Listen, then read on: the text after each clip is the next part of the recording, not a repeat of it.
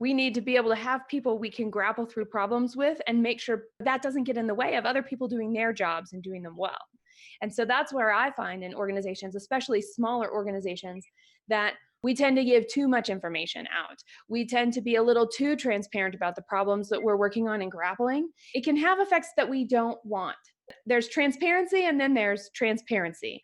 So for me, I agree with you 100%. What I found with people, when you are really transparent and you're on your emotional side and where you have doubts about things and things like that, the sad part is if it's people working for you, they take that to the worst degree. So they start creating scenarios that aren't even part of what you're thinking about because they're in their own survival mode. And so they're trying to say, oh my gosh, what's going to happen over here?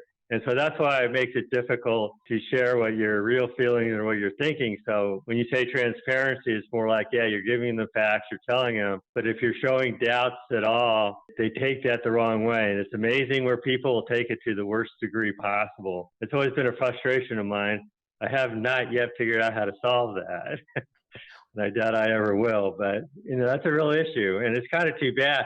So you really can't talk to those people about those kind of decisions because you don't know how they're going to interpret them, which is what you're trying to say. In this day and age when so many people are insulated and isolated and set off, the ability to really open up a window and get in some fresh air by talking to unbiased, experienced individuals is so self-reflectively positive. And it's actually transformative on the people who have gone through the process with us. In today's age, change is happening so quickly.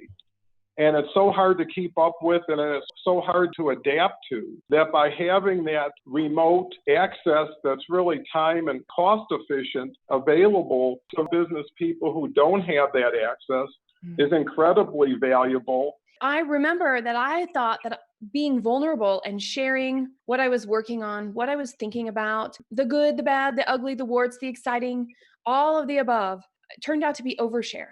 And I think I was trying to be vulnerable with people. And really, I was being transparent about my vulnerability instead of being transparent about the business.